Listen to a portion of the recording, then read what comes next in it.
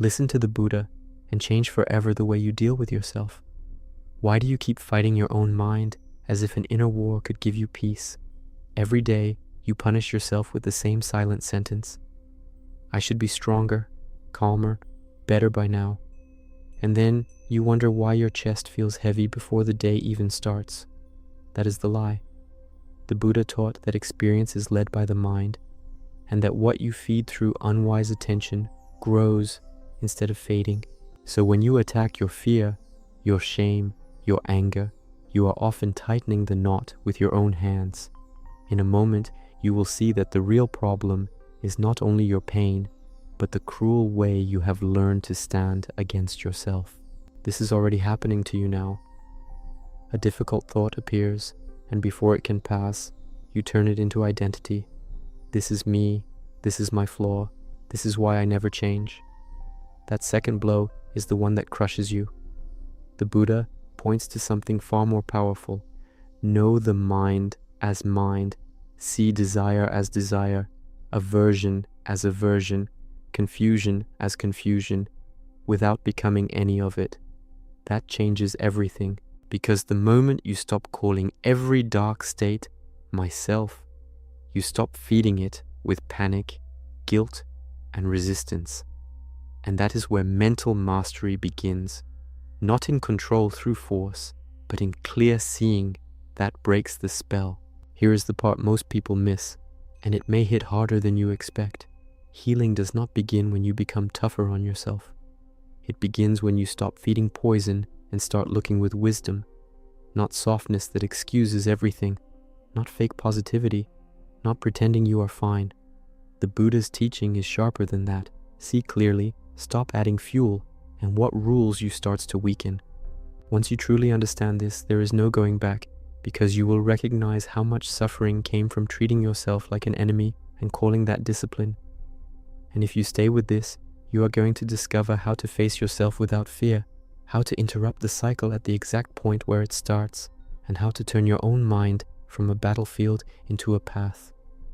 But what changes first when you finally stop fighting yourself the wrong way? What destroys you is not only what you feel, it is what you do the second you feel it. A wave of anger rises, and you call yourself dangerous. A moment of sadness comes, and you call yourself broken. A rush of fear appears, and you treat it like proof that your whole life is weak. This is where your suffering gets doubled. In Buddhist teaching, pain is part of being human, but the extra suffering grows when the mind clings, resists, judges, and keeps reopening the wound. You have been trying to become free by attacking yourself harder, and that is why nothing inside you has truly relaxed. You did not heal because you became severe, you became exhausted. You were taught that being hard on yourself means being serious about change. But look closely at what that has done to you. It made you watch yourself like an enemy. It made every mistake feel like a verdict. It made every slow day feel like failure. It made you think inner violence was discipline. The Buddha points in another direction. He does not lead you into a war against your own mind. He leads you into seeing, clear seeing, honest seeing, quiet seeing. Because what you can see clearly, you stop worshipping. And what you stop worshipping, you stop obeying. That changes the whole game. You do not need more hatred toward yourself. You need more truth. And here's the truth most people do not want to face. Resisting what is inside you makes it stronger. Not because your feelings are powerful gods, but because resistance feeds them with attention, fear, and identity. You push away insecurity, and now you are insecure about being insecure. You hate your anger, and now anger mixes with shame. You try to crush sadness, and now sadness drags guilt behind it. This is already happening in you now. You can feel it when a simple emotion turns into a whole mental storm because you would not let it be a passing state. The mistake is not that the feeling appeared. The mistake is that you immediately made it personal, permanent, and absolute. That is why one of the deepest shifts in Buddhist practice is so simple, it almost sounds too small to matter. Learn to notice without becoming. A thought is a thought. A feeling is a feeling. An urge is an urge. It is happening, yes, but it is not your entire identity. This is not denial. This is precision. When you stop merging with every movement of the mind, you create space. And in that space, the spell weakens. Before, every inner event owned you. Now, it gets seen. Before, every harsh thought sat on a throne. Now, it is just noise passing through a room you are finally learning how to keep lit. That space is not passive. It is power. You suffer because you keep asking your mind for certainty, while your life keeps giving you change. You want a version of yourself that never shakes, never doubts, never gets hurt, never feels envy, regret, or confusion. But that fantasy becomes another trap. In Buddhist teaching, clinging is not only clinging to pleasure, it is also clinging to an image of who you think you must be. And the more tightly you hold that image, the more violently you reject the living person you are right now. That split is draining your life. One part of you is always trying to prove itself. The other part is always being punished. No wonder you feel tired even when nothing happened yet. And this is where mental mastery becomes practical, not mystical. You do not wait for your mind to become perfect. You train how you relate to what appears. When restlessness comes, you do not kneel before it. When shame comes, you do not build a home for it. When desire pulls, you do not instantly follow. When anger burns, you do not hand it the steering wheel. This is what makes the Buddha's path so sharp. It is not vague comfort, it is training, but not training through self-hatred, training through wise attention. That means you stop feeding what darkens the mind, and you start strengthening what clears it. Little by little, the mind stops behaving like a master and starts becoming a tool. You may think the answer is to control everything that happens inside you. It is not. The answer is to stop being so easily captured by it. Control through force breaks down fast. That is why you can stay strong for 3 hours and then collapse into the same pattern at night. Suppression always sends the bill later. The Buddha's way is more honest than that. He teaches you to understand conditions. What triggered this? What fed it? What made it grow? What makes it fade? That changes everything because you stop talking about your mind like it is cursed and you start seeing it like a field. What you water grows. What you stop feeding weakens. This is not magic. It is cause and effect happening in your life every day. Maybe the hardest thing for you is not your pain. Maybe it is how quickly you turn pain into self-rejection. The emotion comes first. Then the private attack begins. I should be over this. I am too much. I ruin everything. Why am I like this? That inner voice pretends to be useful, but it only deepens the wound. In Buddhist practice, kindness is not weakness, and it is not self-excusing softness. It is the refusal to poison the mind even more. It is the courage to stop stabbing yourself in the dark and calling it maturity. Real responsibility is not cruelty. Real responsibility is seeing clearly enough to stop multiplying harm. That is a far more demanding path than self-condemnation because it leaves you no place to hide. And there is something else you need to see before it is too late. Your patterns are becoming your personality only because you keep repeating them unconsciously.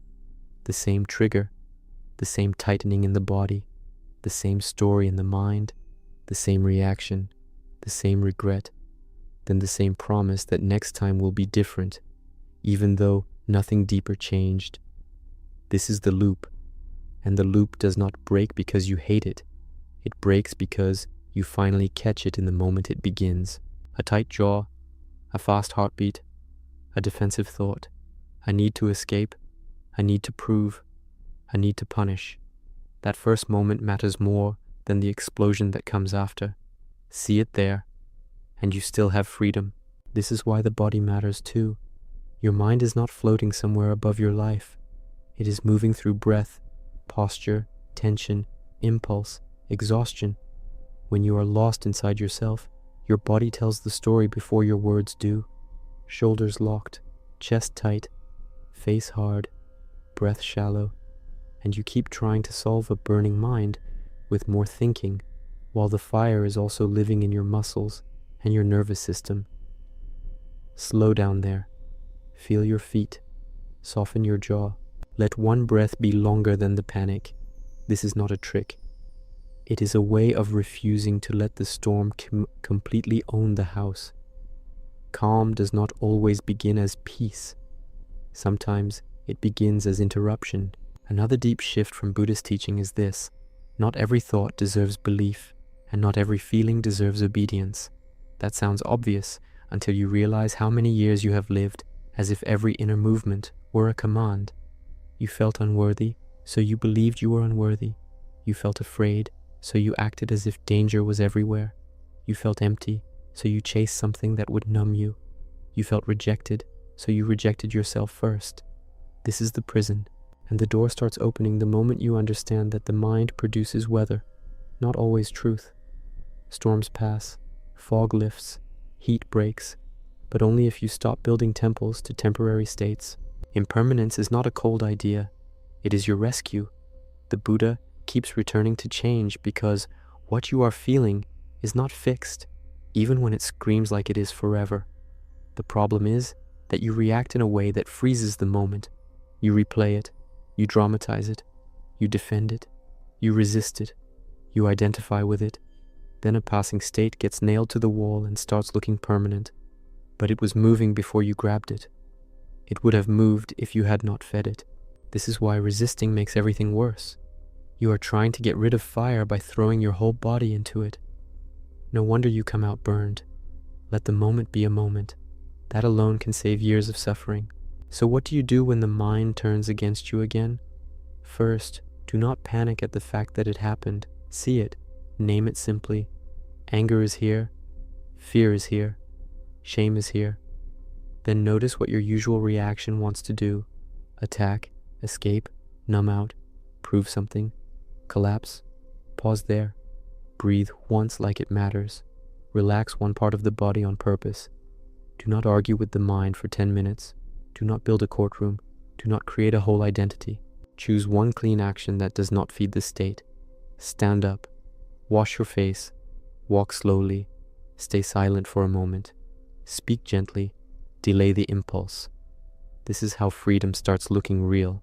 And once you practice this enough, something almost frightening begins to happen. You start seeing how much of your suffering was never fate. It was repetition. It was ignorance. It was unconscious fuel. That realization can shake you, because now you can no longer pretend you are helpless in the old way. But it also gives your life back to you. You are not being asked to become flawless. You are being asked to wake up in the exact moment your mind tries to chain you to itself. That is where change begins. Not next year. Not when life gets easier. Not when you finally become a better version of yourself. It begins where you are, with this mind, this breath, this pain, this chance to stop turning inward like a weapon. Stay with this, because the way you deal with yourself determines the way you deal with everything. Your relationships, your choices, your courage, your peace. If this reached you at the right moment, do not scroll away and return to the same old war as if nothing happened. Take this seriously. Listen again. Watch yourself today with more honesty and less violence. And if this is opening something in you, stay close, keep going, subscribe, like, and leave a comment with one word that describes what your mind has been doing to you in silence, because the next step is even deeper. How to catch the mind before it builds suffering, how to stop feeding what destroys you, and how to stand inside yourself without fear for the first time in a very long time.